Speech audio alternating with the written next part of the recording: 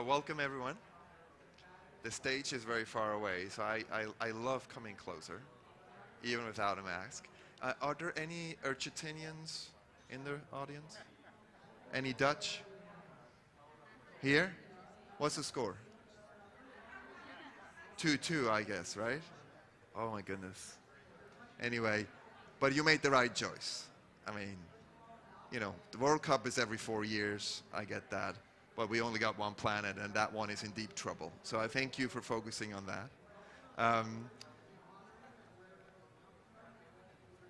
My name is Patrick Frick. I'm from the Global Commons Alliance. I'm the global coordinator.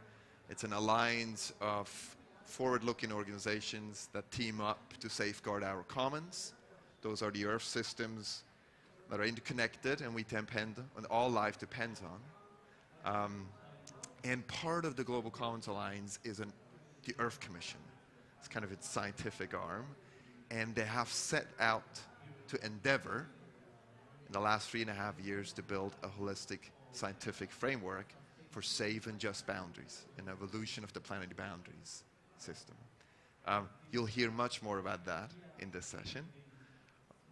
Now, why, you know, you'll hear from this panelist, why did they put so much sweat and hard work into this?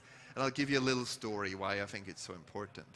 The Global Commons Alliance was asked in Glasgow, COP26, to bring the community of partners from the field of nature, to bring the nature conversation into the center of the climate conversation, because it kind of was absent.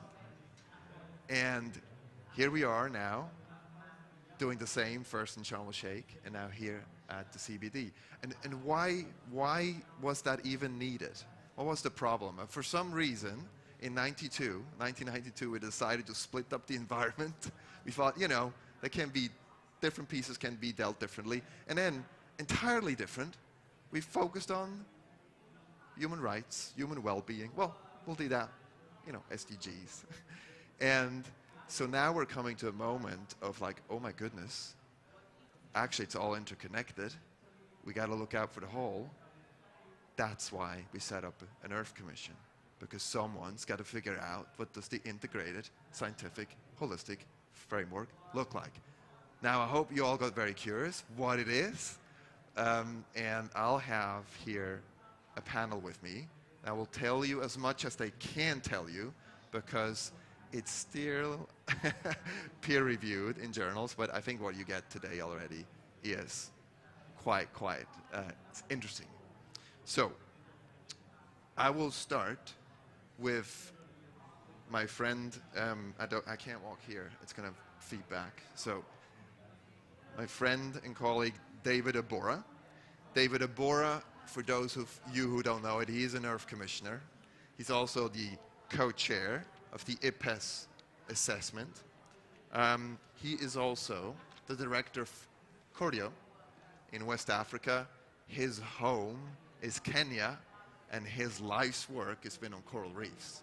Now, David will share with us what is that, or unveil that safe and just boundaries framework. So over to you, David. Thank you. Thank you very much, Patrick. I'll get up so I can see the screen as well and move around a little bit. So it's a pleasure to be here. Indeed, I'm one of the, we should have had that up earlier. I'm one of the Earth Commissioners, which is a group of 17 of us. Diana is also on the commission with me. We've had the pleasure of working with a range of great people. And there we go. So as Patrick said, we're a group of international scientists that have been pulled together multidisciplinary across many different fields. It's really trying to go beyond just thinking about climate in terms of planetary boundaries, thinking about biosphere, nutrients and other things, and the justice element of that, linking with people. We've had 3 years of work. It's been very intense. It takes a long time to do this kind of work. A lot of our papers are in review right now, so I can't really release all of the results, but we have some key ones related to biodiversity that we wanted to share in this forum. Now, as mentioned, we want to go beyond climate, a challenge, and to link aspects of a safe planet or a stable planet with aspects of justice. The challenge with doing this beyond climate is that we need to consider, for many critical elements, we need to consider local and regional scales as well as just global. Climate is easy in a way because it's a global phenomenon, and you can count up carbon, and they've worked that out very well. But it can be harder with other things. We want to feed this knowledge into the science-based targets process, which Varsha will talk about. And we really need to try and identify sort of levers for transformation. How to, once we identify these boundaries and there's justice elements, well then what do we do about that, and how do we move forward? The systems that we're focused on, that we've had 5 different working groups. I'll just talk to you about the biodiversity element over there, not the other ones, because we don't have those experts here, and we don't have enough time to go through all the details of these. And though I will sort of highlight some of the key findings or some of the concepts that are important in thinking about. So going beyond the initial planetary boundaries concept, so Johan Rockström is one of our co-chairs, as is Jayita Gupta with a justice background. And the thing is, some Earth system boundaries are relatively easy to understand in a way, because they really are very charismatic in what they do. And one particular group was released in this publication earlier on this year, of these tipping elements of the Earth system, and we hear about them a lot in climate discourse. That's, you know, the cryosphere, the ice sheets on Greenland and Antarctica, the circulation in the Atlantic Ocean that really deals with the heat budget in the atmosphere as well. But there are other, and the critical thing about these is that many of them go through this long progressive change. The background variables change slowly, but once they get to a critical threshold, a cascade can occur. They can tip very quickly into a new state, and the new state in one system can trigger new states in other systems as well. And so these tipping elements, many of them indicated here, are very important. 2 are critical for biodiversity. 1, the Amazon rainforest, I've highlighted there. Fortunately, its tipping point is a little bit further into the future, between 2 to 4 degrees Celsius on this map. I've been working on coral reefs all my professional life, and they're vulnerable at less than 2 degrees of warming. So they're vulnerable right now. And the thing is, the loss of reefs, it doesn't trigger other tipping elements in the Earth system that are important for climate, but it does have a lot of social and economic implications, and also biodiversity implications for species dependent on coral reefs if we lose these. So that's one of the key dynamics that we're looking at. The aspect around justice is very important for us. Diana will go into this in much greater detail, because this is her area, not mine. But what we realized is that there are boundaries where there might be a critical temperature, for example, for coral reefs at 2 degrees warming perhaps, but long before that there may be key justice tipping points. If you try to identify a limit for what is just in relation to coral reefs and people dependent on them, maybe that threshold is triggered well before that 2-degree limit, before they get to their final tipping point. And so trying to understand where to put these justice limits is a big part of our work, and she'll explain that in more detail. So for biodiversity, thinking about the global biodiversity framework and where we're sitting right now, we have these negotiations on targets and goals that are happening. We looked at 2 complementary synthetic measures of biodiversity in relation to safe and just. So one relates to what we often talk about, and this is really thinking about intact nature and natural ecosystems where there's very low human influence. And this is classically what we talk about, and under Goal A in the convention, what we did was we looked at that in relation to climate regulation and those other 2 contributions from nature to people. So this uses the IPBES framework that I've worked in other dimensions of my life. The other element that we looked at is in relation to people and this justice element. So in the other, and about 50% of the terrestrial surface is under largely intact nature right now. The other 50% is where it's quite heavily altered and people are very dependent on nature there. And it's critical, what is the level of function in those areas? What contributions from nature to people can be obtained in those areas sufficient to support people? And we looked at the functional integrity in these spaces of many of these benefits from nature that are listed over there. And so thinking about the Earth system boundaries for for biodiversity, we need to think about both of these across all space on the planet, not just thinking about the most intact spaces. And this relates to goal B in the convention. And this is where we have sustainable use and dependence on nature being a very critical element of what we look forward to. So just wrapping this up then, the key thing there is that we found with this Earth system boundary, or this safe and just perspective, we've had a very strong focus on biodiversity actions in the convention, but we really want to emphasize three things. To achieve what the biodiversity actions are supposed to achieve, we really need to act on drivers of decline. So this is economic growth, pollution, carbon dioxide. If we don't reverse these drivers that are pushing biodiversity over the cliff, our biodiversity actions will be significantly or seriously undermined. It's also, there's a lot of inertia, and the responsivity of the biological systems to change and to bend the curve and start to go positive is very hard. It's hard to do that. We need to really understand how much we need to do to get there. And then there are very serious considerations of justice, intergenerational and intragenerational, between the places where you do actions, who has responsibility for those actions or for financing or for past decline is very important. So just finishing up now, we identified, this came out in a paper we released from the Earth Commission as one of the slew of papers that is, that are coming out now. And in addition to those reverse loss and restore biodiversity actions that are critical to invest in to the greatest degree possible and the fastest sort of action on those that we can, is reducing the drivers on the one hand to enable them to happen, and then really identifying there are places in the world where we need to raise welfare, where people having more access to nature's resources is necessary for good quality of life, and they have rights to that. And we need to enable that, particularly by addressing equity, reducing overconsumption, or eliminating overconsumption. We've come to such a level of overuse of nature's resources that we need to stop the levels of waste that we have now and eliminate overconsumption and uphold justice, and that's about roles and responsibilities of present generations and future generations as well, which are core part and parcel of the Global Biodiversity Framework. All of these actions you can see in the Global Biodiversity Framework, and we need the countries to really, approve them to the highest level of ambition possible. So we're really calling for that. So I think with that, I'll hand back to Patrick. Great. Thank you. Thank you, David. So that's safe and just, the overall framework. I think, Diana, one novelty with this framework is that it doesn't just look at the biophysical boundaries, but it also tries to build in the justice element. And you'll do a deep dive on that, but let me introduce you before you go there.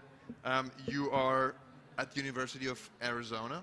As David said, you're also an Earth Commissioner, and you focus on the human dimensions of global environmental change, including climate impacts, vulnerability and adaptation, and climate policy and mitigation, especially in the developing world. So, over to you, Diana. Thank you.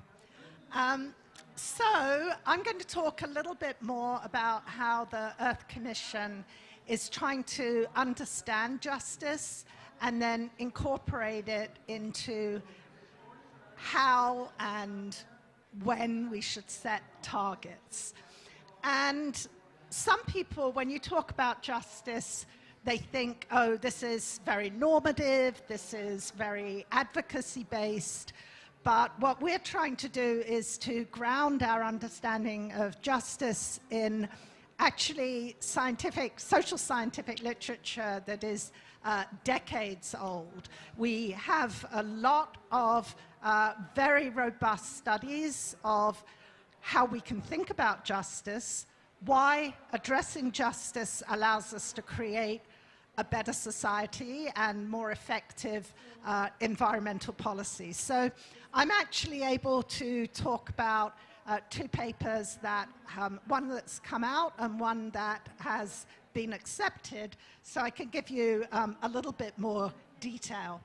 So in terms of how we're thinking about justice, and I know many of the people here in Montreal are very passionate about justice, are very committed to justice, But drawing on the literature, our framework first of all looks at the forms of justice, and this is the distribution of responsibility for harm, the distribution of the impacts of harm, and I think one of the really important issues is the distribution of the impacts of policies, because policies are not justice neutral, and you can create injustice, you can make things more just as you create policy.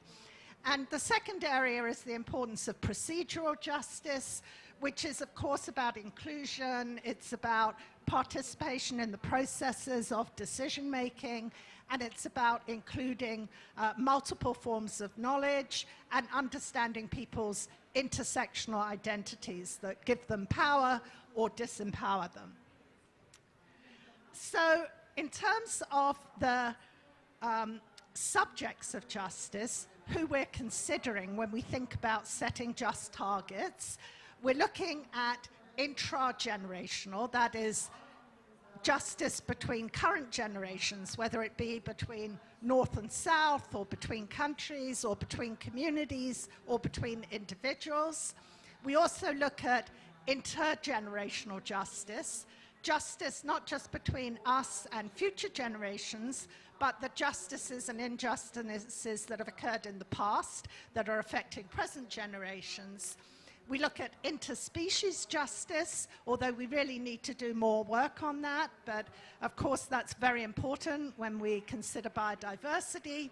And then we look at these issues of intersectional justice. So trying to operationalize these ideas of justice and assess whether the biophysical, the biodiversity targets, the climate targets are just, we've operationalized it by looking at three issues. The first is when you set a target, like David mentioned with temperature and coral reefs, that may be a target that will avoid biophysical tipping points, but does that actually prevent harm to significant numbers of people? And whether it's biodiversity or climate, some of the targets that we're proposing, we know a lot of people are already harmed, even at, for example, 1.5 degrees C of warming or certain levels of biodiversity loss. So we're assessing the targets in terms of the extent to which they reduce significant harm, and the social science or the justice component of the Earth Commission is in some cases pushing for stricter targets than you might make for purely biophysical reasons. Then one of the more interesting things we decided to do is to ask the question of what happens if we put justice first? So I'll give you an example of the analysis we've done where we've said, supposing we first of all eradicate poverty, we bring 700 million people out of poverty, what would that do to pressure on the Earth system? And how can we both address poverty and reduce harm and stay within planetary boundaries? It's a big ask, but a lot of studies just look at what's happening if you keep a fixed sort of socioeconomic system. And we're starting to ask, what happens if you provide access to the poor as part of the transformations we need? And then the last question we're asking is, as you set targets and as you implement them, do you create new injustices? What sorts of trade-offs are involved? So let me just give you a couple of examples. So a couple of months ago, we had a paper come out in Nature Sustainability where we did a thought experiment, but I think it's an important thought experiment. We asked the question, what would happen to Earth system impacts if we did provide access to all without making other major changes, without changing technologies, without initially changing consumption patterns? And so what we did was we used UN data about what levels of water use, energy use, land use are needed to live a dignified life. And furthermore, we sort of upped the ante and said, not just living with dignity, but being able to escape from poverty. So there are 700 million people, at least, who live below the UN definitions for well-being, a dignified life, and an escape from poverty. So we then calculated, if you brought those people out of poverty, what would it mean for the Earth system? What would happen to greenhouse gas emissions? What would happen to land use? What would happen to water? What would happen to nitrogen and phosphorus use?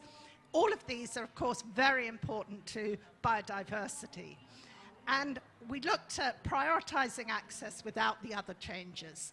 So this is a graphic from the paper, and what it shows is that with a dignified level of life, there's a modest increase in land use, in pollution from phosphorus and nitrogen, in water use.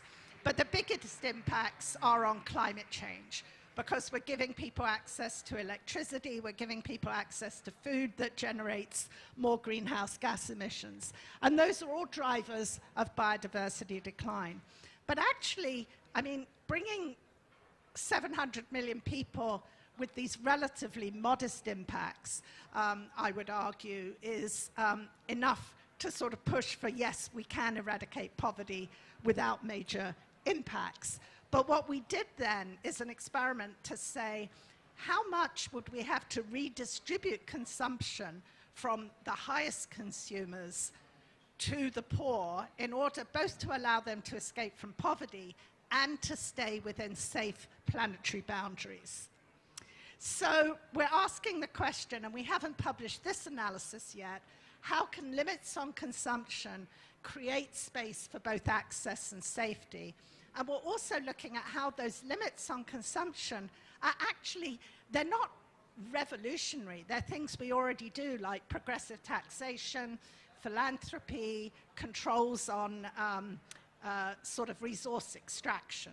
So we hope to show that it is possible to have both safe and just access. So our bottom line, this is a reference to the paper, is that redistributing and reallocating resources does allow universal access to basic needs while staying within Earth's limits.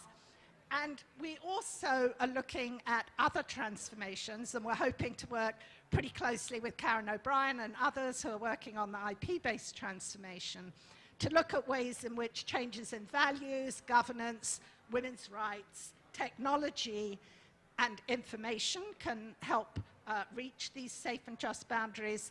And one of the things we've done is separate what you could think of as the per capita consumption for people's survival from what we think of as accumulation and investment, where it's used for profit. And we tried to separate those out. So that's a sort of brief intro to how the Earth Commission's thinking about justice. And I'll hand over to Paul. Great. I'll take it first. Thank you so much, Diana. I want to introduce Paul briefly before I'll pass the floor to you. So you are a professor of ecology at the Paris-Saclay University in France. Your research focuses on Indian actions between global change, biodiversity, and ecosystem functioning. And you're co-leading the development of science and briefs for the GEOBON network and then Future Earth. GEOBON stands for Global Earth Observatory Biodiversity Observations Network. In brief, you're focused on global biodiversity monitoring. And what you just heard from David and from Diana on the safe and just boundaries concept, of course the question is, how does it here link to the negotiations that go on next door? So the floor is yours. Exactly. So thank you very much. And like David, I think I'm going to stand up. And so what I'm going to be talking about are, in particular, these bending the curve scenarios that David was talking a little bit earlier about, but a little brief introduction of work that we've been doing with the Earth Commission, Future Earth, and GEOBON. So actually we've been leading a number of science briefs that are feeding directly into the negotiations. So we're providing this information through the CBD to the parties. And that work has been led by this group of people that you see here on the right, and myself, with David being the most important co-leader of that work. And I just want to show you a little bit about the kind of work that we're doing first. And so we've done a number of things. So we had a paper that came out looking at the goals, so especially Goal A and Goal B of the Global Biodiversity Framework that focus on biodiversity and nature's contributions to people, and that was led by Sandra Diaz, and was one of the work that was co-sponsored by the Earth Commission. A second paper that came out in One Earth and was also an information document for the parties came out before the Geneva negotiations of the Global Biodiversity Framework, in which we're talking about the coherence of how all of the targets that are being discussed feed into these goals of having positive outcomes for biodiversity and nature's contributions to people. And that's what I want to talk about now, especially the scenarios component of that. And then finally, we've been leading a number of briefs that also have been provided as information documents, but also you can access these documents if you'd like to on the GEOBON website around specific targets. So around restoration, pollution, monitoring, climate change, so all the different targets that are being negotiated here that are taking science and specifically focusing in a way that can be used for negotiations. And so one of the things that we've done, and this was leading up to the Geneva discussions around the targets, especially where there was some push to greatly simplify the Global Biodiversity Framework. And one of the things we said is that greatly simplifying the Global Biodiversity Framework actually causes problems. And we came at that from an analysis of looking how actually current drivers are feeding into changes in biodiversity and nature's contribution showing here to people, and showing that you have to treat all of the drivers, not just some of the drivers, but also looking at scenarios. So what do scenarios tell us? This is a very schematic diagram that was in the Global Biodiversity Outlook of the Convention on Biological Diversity, and was based on a really key paper by Leclerc et al. That came out in Nature looking at bending the curve for biodiversity. So what does bending the curve for biodiversity mean? It means if you look at this curve that's on the top there, is that you want to slow and then reverse biodiversity loss for some measures of biodiversity. Of course, we can't unextinct extinct species, so you're not bending the curve for extinction, but you can do that for population sizes of species or natural ecosystem area. Those things are feasible. And what do you need to do that? One of the things, and you see that real big push here, is to protect more of nature. And clearly that plays an important component. So that green part down there is the first wedge. Conservation and protection play a really important key role in bending biodiversity. But you can see what the distance is between that and actually getting to bending biodiversity. And that requires sustainable production. It requires sustainable consumption. It requires reducing other drivers and like pollution and invasive species, and it requires tackling climate change. So protecting alone is incredibly important, but it's not enough. Now here's one of these, you've got to trust me slides. And so what we did was we actually took about 8 of these bending the curve scenarios. There are not very many yet. Most people are still working on the future is sort of somewhere between bad and really bad. We're actually trying to work on scenarios what could be positive. So in this table, essentially, we're just showing what you saw on the previous slide, but doing a quantitative analysis. And trust me, all we're saying is if you only do conservation and protected areas, and especially if you don't do that without significant increase in capacity, you're not going to get much benefit. You need transformative change. You need changes in sustainable consumption, sustainable production. Otherwise, you don't get to a positive future. So trust me, we got published that in One Earth earlier this year. And so here comes the key point that we want to make here. So what about people in these bending the curve scenarios? Is this good for people? And this is the point that Dinah was just making right now. So what do these bending the curve scenarios have in them? So one of the important things that they have in almost all of them is that they all achieve improving security and eliminating hunger at the same time that they provide for bending the curve of biodiversity. With a few exceptions, With some of the scenarios where we're looking at 50% protection of the Earth, actually you are compromising food security in some of those scenarios. And some other key assumptions. There has to be a very large reduction in overconsumption, especially of food and especially of red meat, or more broadly, those things that come from ruminants. And that's coupled with the assumption that there's a more equitable distribution of food. What does that mean? That basically means eating very small amounts of red meat. It means that yield gaps are closed, especially in sub-Saharan Africa. If you don't do that, you can't bend the curve. And there are really, really big yield gaps currently in sub-Saharan Africa. It means education for women, and like it or not, what that is around fertility. That's mostly, as we know, there's a strong correlation between education of women and fertility. It means that energy security is secured for all people. Why is that important? Because cleaner sources not only reduce greenhouse gas emissions, they provide really important environmental health impacts. And so you can point to these scenarios and say, well, that's all great. You get these great synergies, but they're also really important trade-offs, and we can't ignore these. And these trade-offs have a lot to do with people's values and about vested interests in production and consumption. So that list up there may look good to you. Okay, I'm ready to reduce my overconsumption. We're having this big discussion in France where I'm from, and there's plenty of people who go, eat less red meat, but that's part of my culture. And they don't see that as something positive. That's not a positive future for them.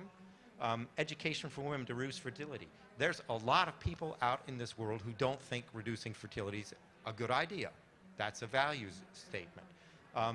So many of these things that we think sort of probably everybody in this room thinks something is positive, there's lots of things up there that people don't see it as positive. We had massive strikes in France last year because of the price of gas. That price of gas going up is really good. And this is what I want to show here. So there's a really great study that's been done looking at positive futures. These are looking at sort of standard ways. The SSP2 is the socioeconomic pathway 2 that's used a lot by the IPCC. And this is based on the national determined contributions. And the red line shows you greenhouse gas emissions, biodiversity intactness index, so that's an index of biodiversity, and then human development indexes, so underweight people and relative poverty. And you can see that that red line, it's not diminishing underweight people or relative poverty very much. So that's not doing a very good job. The other one is a sustainable development pathway. That's a really fundamental rethinking of how the IPCC is building their scenarios, or scenarios associated with the IPCC are being rethought.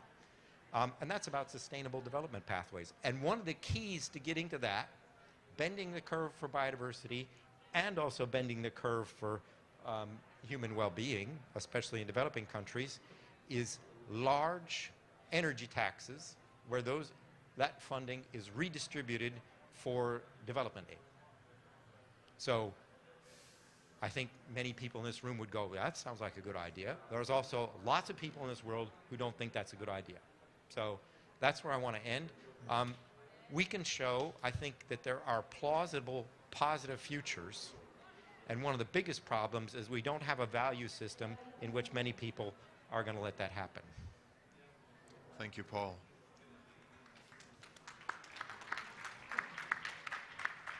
I mean, one reason, I look at Marco, we have this pavilion here is because of what Paul just said. 30 by 30 is not going to do the job. There's all the rest of the 70% that we need to get to nature positive.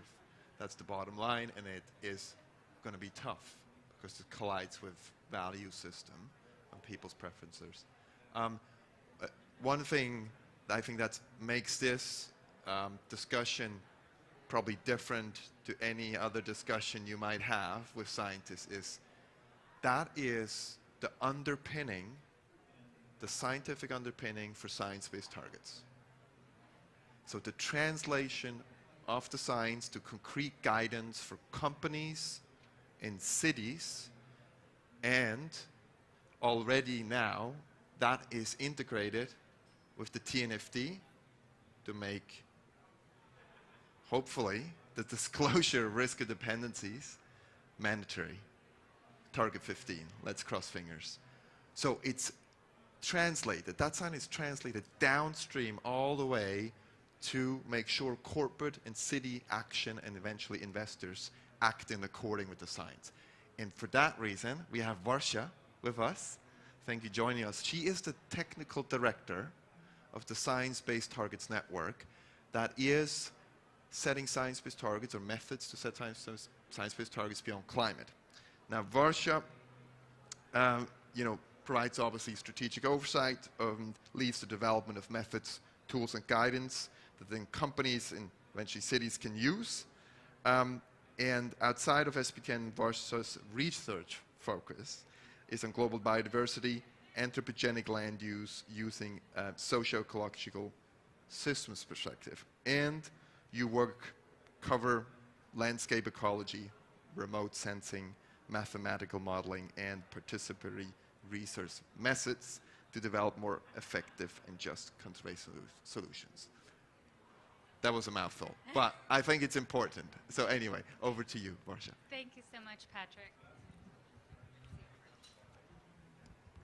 Okay, can you all hear me? Okay, great.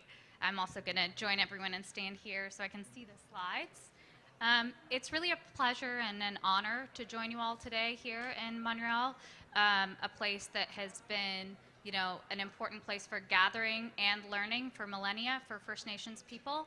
And I'm joining you here today from Louisiana in the United States in the ancestral and unceded lands of the Atakapa and Chitimacha, who play a vital role in the conservation and management of coastal and riverine ecosystems in the places I live. So it's not news to anyone here that we're in the midst of a biodiversity crisis. We've heard shocking numbers about the numbers of species at risk of extinction. In addition, we see extreme declines in populations of species since 1970.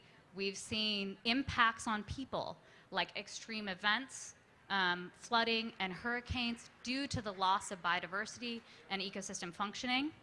And finally, pulling this all together with the focus of Science-Based Targets Network, we also have this connection to the world's economies through businesses and industries that are highly dependent on nature to generate 15% of global GDP.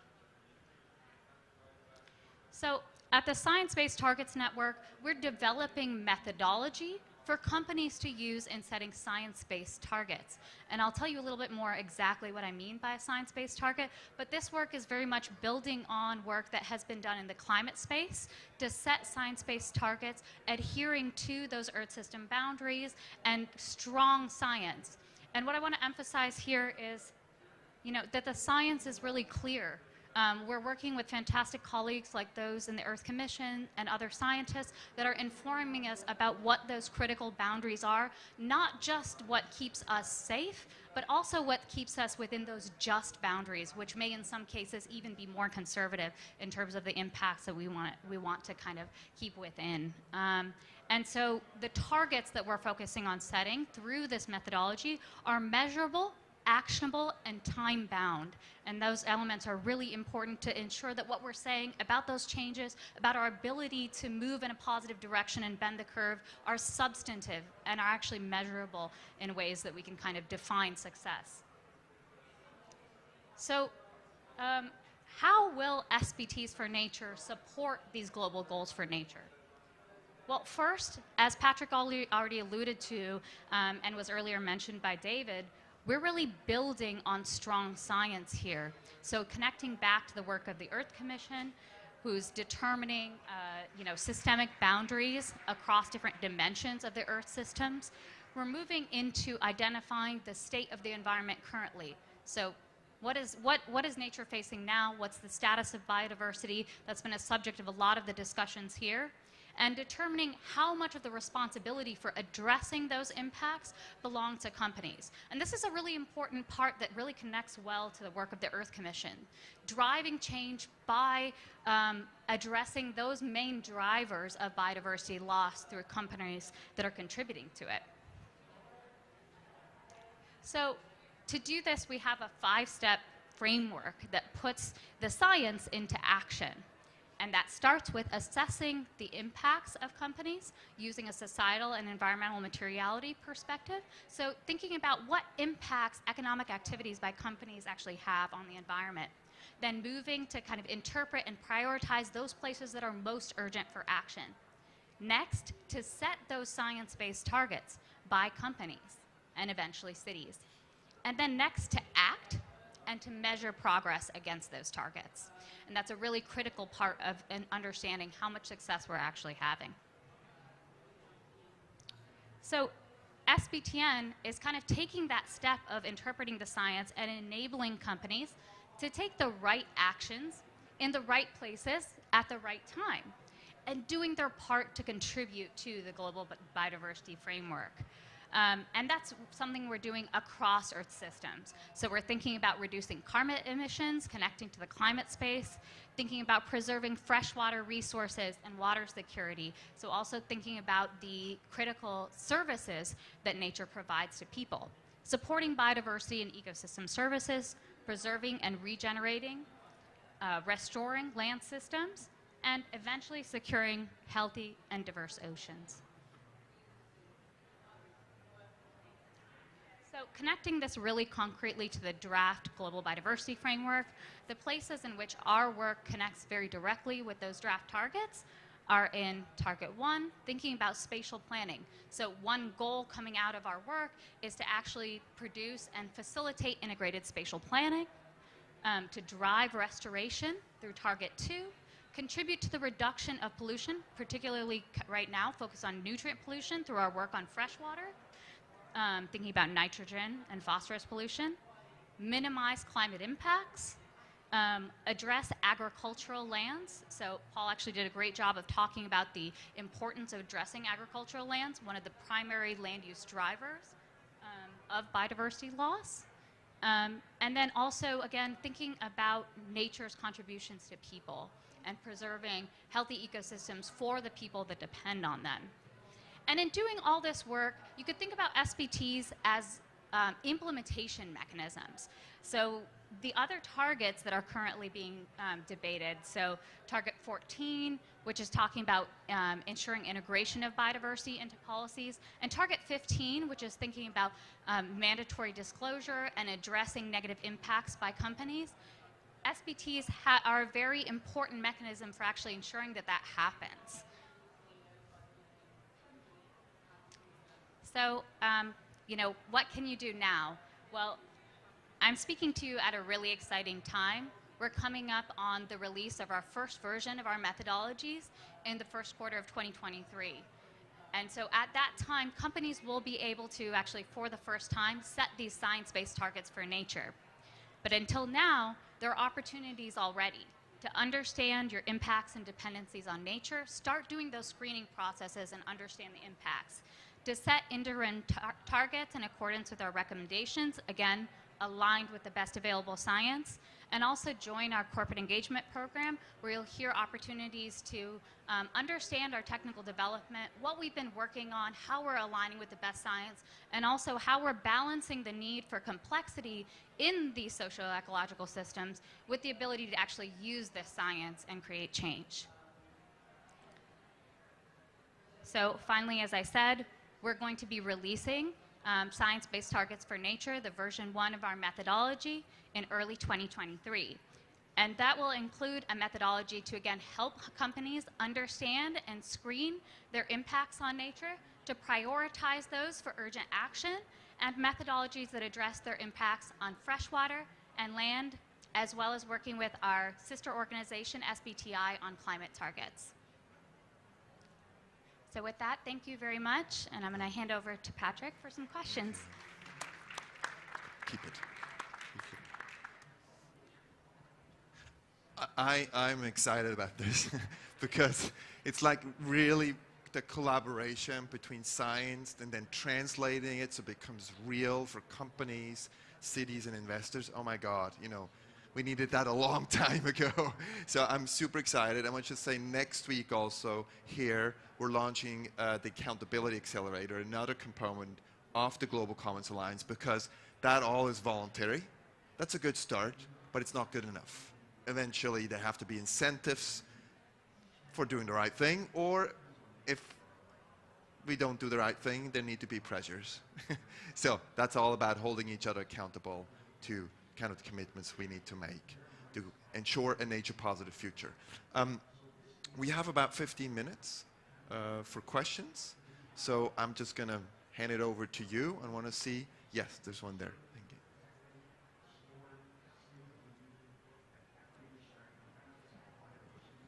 Thank you very much for the great presentations.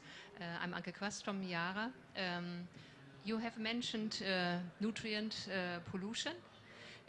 We are working hard on this element, and it's not really well understood the contribution of nutrient pollution to biodiversity loss. We try to quantify all the mitigation potentials around managing nitrogen within the planetary or regional boundaries. And it would be great if you could indicate what is the mitigation potential of pushing the nitrogen use back into the planetary boundaries or into the regional boundaries for biodiversity.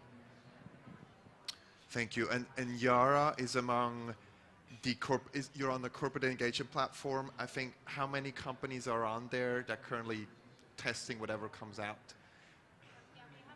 Your microphone.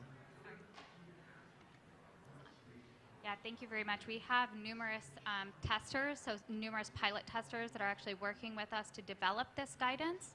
But then once the methodology is really rolled out, that's our opportunity to kind of test that mitigation potential, what changes can be made, and one of the strengths of the methodology is actually going to be in requiring documentation around reduction of pressures. So that gives us a background to actually do the studies to kind of understand what the impact of specific mechanisms will be in order to see change. So I think there's a lot of really good science to be done on that. And again, this is one mechanism that can kind of ensure that we have the data necessary to see the outcomes. Great. And then Paul, yeah, please. So actually, It works. We can hear you. Do you hear me? Okay. So actually, one of the briefs that we wrote is on the pollution target. And the lead on that for the nitrogen was the head of one of the chairs of the International Nitrogen Initiative. And the essential message was that we really need to be more focusing on nitrogen loss to the environment, and we are beginning to have ways to measure that, and that's not just fertilizer, but it's all the ways that nitrogen gets into the environment, and that there is already an international target of reducing that by 50%. And we provide evidence that with sufficient transformative change, that would not necessarily heavily impact food security. But that's a stretch.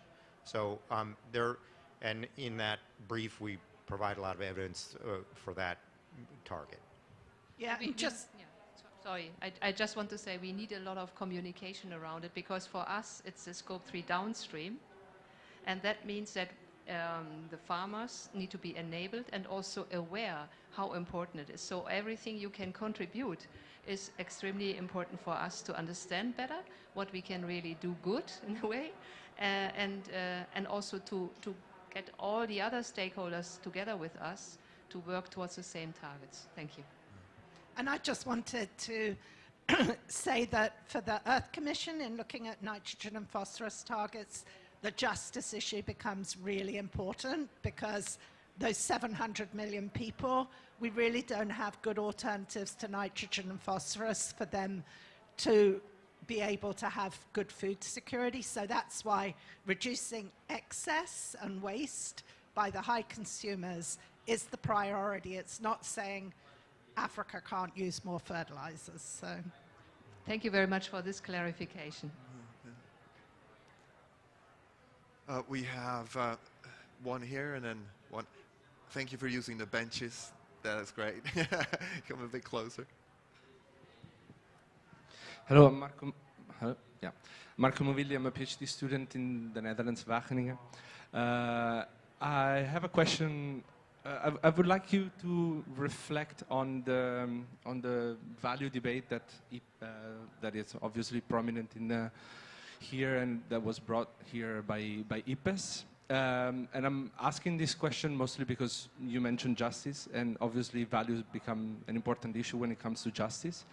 But I sort of then struggle to understand how then you deal with the multiplicity of values when it comes to, for instance, setting science-based targets that has to be measurable. So for instance, how do you deal with the incommensurability of values? But also when it comes to scenarios, the difficulty of dealing with this multiplicity of values. And then how do you actually translate these into your work in a supposedly just way? Obviously, I'm not saying that like you have to solve this. I understand that, but I want to sort of understand your thinking and how to address this without obviously knowing that you have the solution. Thanks. David? Yeah, thanks. So I'm not a values expert at all, but I think one of the great things that the values assessment from IPBES starts off with is saying that there are many multiple and diverse value systems on the planet. And just by incorporating the diversity of value systems, we can address many of the challenges that we're facing. Because at the moment, the dominant drivers are coming from a single or a narrow set of value systems. So incorporating multiple values will actually go a long way to helping understand how we can address the drivers. Yeah, so one of the things that IPBES is doing is they have a task force on scenarios and models. And one of the things they've done is they've developed the Nature's Futures framework. And so the idea is to have these bending the curve scenarios in which we're looking at how you actually work with different value systems. What happens if you focus on a future that is very focused on a single value system versus multiple value systems? And this is absolutely critical, and it makes the link between what we're trying to do in scenarios work and what was done in the values assessment of the IPBES assessment on values. Yeah, and we've discussed this quite a lot amongst the social science and justice component of the Earth Commission, and I'm not sure we've solved it. We, part of the justification for justice is we thought, let's take what's already been agreed upon. We have an international agreement with strong justice components. It's the Sustainable Development Goals, which are about reducing inequality, about sustainable consumption. So part of our framework is based on the Sustainable Development Goals and what happens if you implement those. But the other is a human rights-based perspective. And of course, both the SDGs and human rights are contested amongst different value systems. But we took them as ones where there is probably more agreement than in many other areas. Yes, we have here, and then Farouk first, and then Marco in the back. Oh, I'm sorry, I missed you. Oh, God, you're too close. Yeah, no worries. This is Ernesto Herrera from Mexico, and this is a question to Varsha. This is thank you for your presentation about the science-based target network. Most of the times, the large corporations are participating in this initiative. But I wanted to ask you, what are the opportunities for small and medium enterprises for that? It's like there's a huge opportunity, and there's a need to engage them in these nature-based solutions. Thank you. Yeah, thank you so much for that excellent question. I want to first start by having some humility about where we're at right now. So the methodology currently are really focused around the work that some of the biggest contributors to environmental impacts can play in reducing those impacts and eventually also reducing negative impacts and eventually also causing some positive impacts. For small and medium enterprises, I think we also have to think about the fit of these methodologies and the equity components also of asking companies potentially to reach the same targets. So this is a place we're very aware that our methodology will continue to grow over time, but definitely the target audience is more applicable to large enterprises at this point. That being said, a lot of the assessment focus is certainly applicable to smaller enterprises, and to think about kind of staging where you're at right now and responding to what the impacts are, there are quite a few kind of actions that can be taken based on a clear assessment of the current impacts that a company has. So thank you so much. Oh, thank you, great. I'll stand up. Yeah, okay, of course. My name is Marco. Gula. I'm a strategist with the B team. Oh, and actually, I was part of the founding of Future Earth from its beginnings and the chair of the Engagement Committee of Future Earth after Bob Watson. I'm conscious there's other questions, much to say here, but I concur with Patrick. This is very, very exciting and much needed, and I'm delighted to see it, particularly the just thresholds that I'm looking forward to really seeing to understand how do we actually stop from getting to tipping points in the first place. But my three quick questions are, you talked a lot about justice, but safe came up a lot, and you didn't define it. The reason I ask is the B team is instrumental recently in helping secure the new human right to a healthy environment. Its full title is The Human Right to a Clean, Sustainable, and Healthy Environment, and safe was negotiated out, which I'm okay with, because how do you make a mountain safe, for example? So what does safe mean in this context, recognizing that the human right to a healthy environment didn't really encompass that element?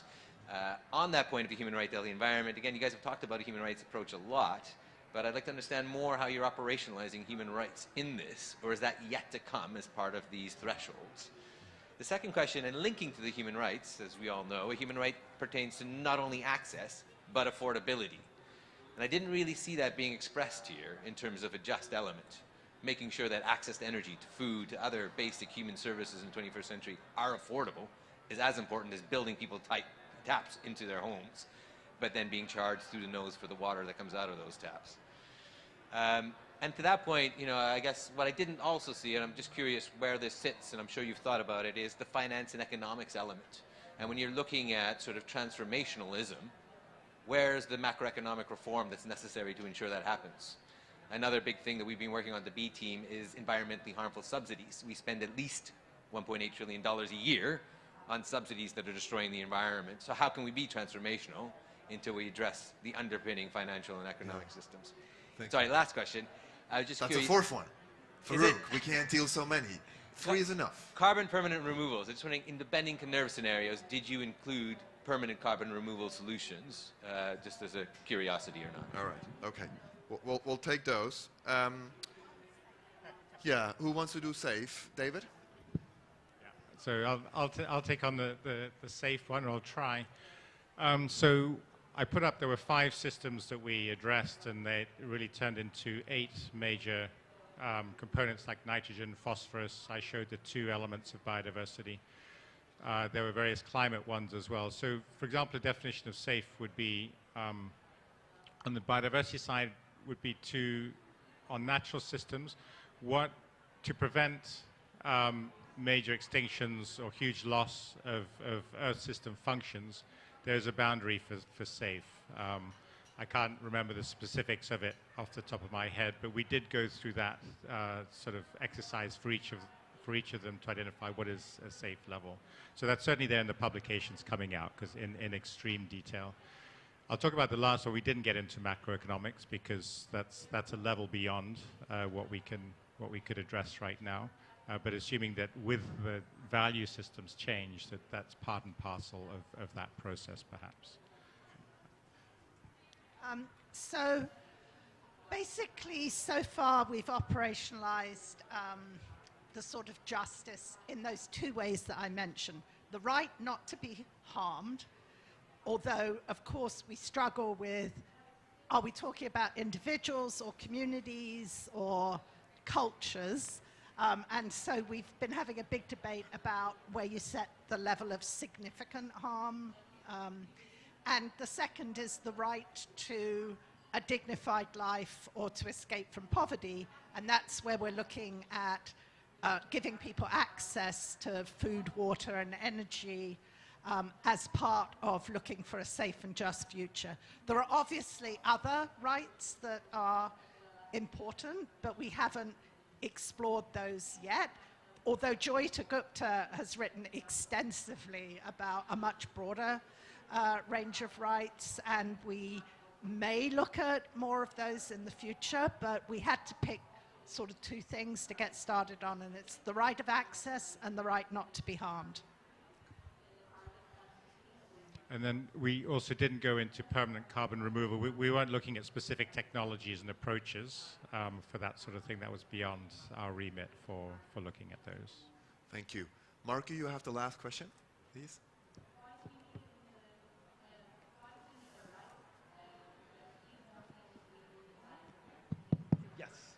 Thank you so much. Thank you. Particularly interesting, I have to say, the whole justice, rights, and values discussion. I think this is a super important area. I'm quite new. Not much has been done on this. Two quick comments. Maybe you can react to those. First of all, a couple of years ago, we organized with a group of human rights conservation organizations conflicting elements. And it was very difficult because managing trade-offs at that level is very delicate. So first comment, have you ever, or have you looked into that dimension? And then of course there is the rights of nature that you mentioned, which is another element and layer. The second comment is about values. And of course values are super important because they drive behavior change, they drive choices, emotions. You mentioned multiplicity of values, and that's again, often values conflict, even within a community or even within a social context. How can we actually begin to look, and values are also evolving and changing, so how can we begin to look at the drivers of values change and convergence? Because in our experience, particularly on the ground, one very difficult challenge is when you have within the same society very opposing set of values, or perception of values. And how to drive convergence, what are the incentives that will drive convergence and ultimately will actually influence opposition or agreement at the community level as a whole, society level as a whole, to change, to the transformation that all of you has mentioned is necessary. Thank you. Who wants to take the individual versus collective? I'll just make a quick comment. I mean, those are really good comments. I don't really have an answer except to say, you know, I live in the US state of Arizona. Talk about opposing values. We're a state where people have completely different values, whether it be about conservation or climate change. And the one thing that sometimes seems to work is the question of intergenerational ethics, where that seems to be a more shared value than some of the others. So sometimes by appealing to intergenerational ethics, you can get more agreement on the environment than you can looking at other values. But that's not an Earth Commission, that's based on my lived experience.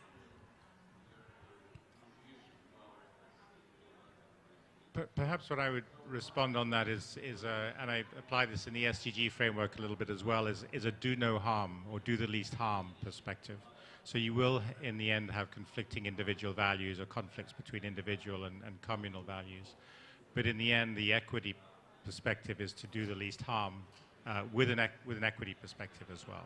Once we're at boundaries as we are now, there isn't the space or the luxury, maybe, to be able to accommodate everybody. So, you know, that has to be a principle that is concerned.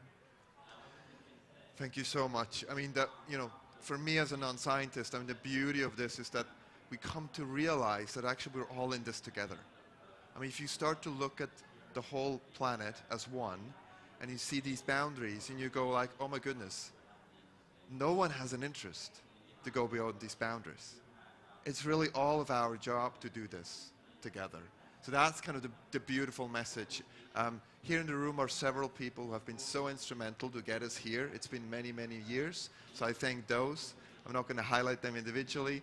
The other thing is what we've been discussing here is going to go out to those that make decisions.